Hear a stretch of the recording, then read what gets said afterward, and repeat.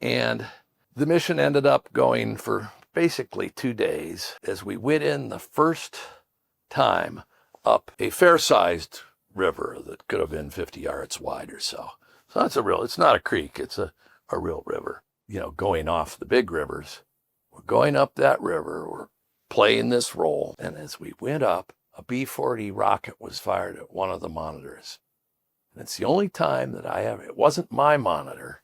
I was not in the lead this time, but it's the only time I ever had a sailor killed who was directly under my command. He was a little southern boy, last name of Cross, like Billy Joe Cross.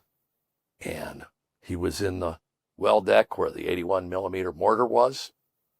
And his peers had ducked into the compartment while we were in that moment.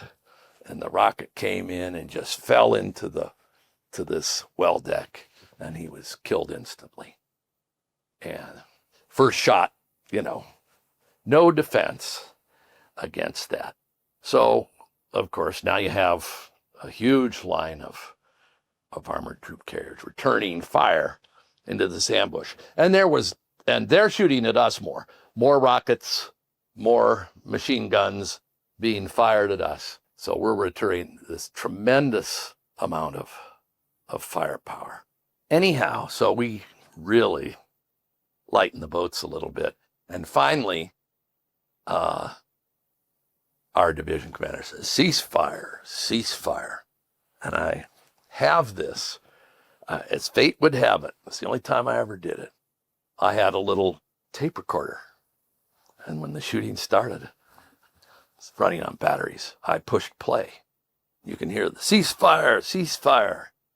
And it stopped. And there was this bang. And a guy back there fired a captured, I assume, 57 recoilless rifle at me. We were up there on top and he'd see my helmet. And he specifically fired aiming at me. And it went just over my head. I heard, and you can't hear the whoosh, but you hear the muzzle blast, and then you hear the shell falling on the far bank. It just went whoosh, bang, whoosh, bang. Well, he was aiming for me. And so then a lot of cursing and shooting again.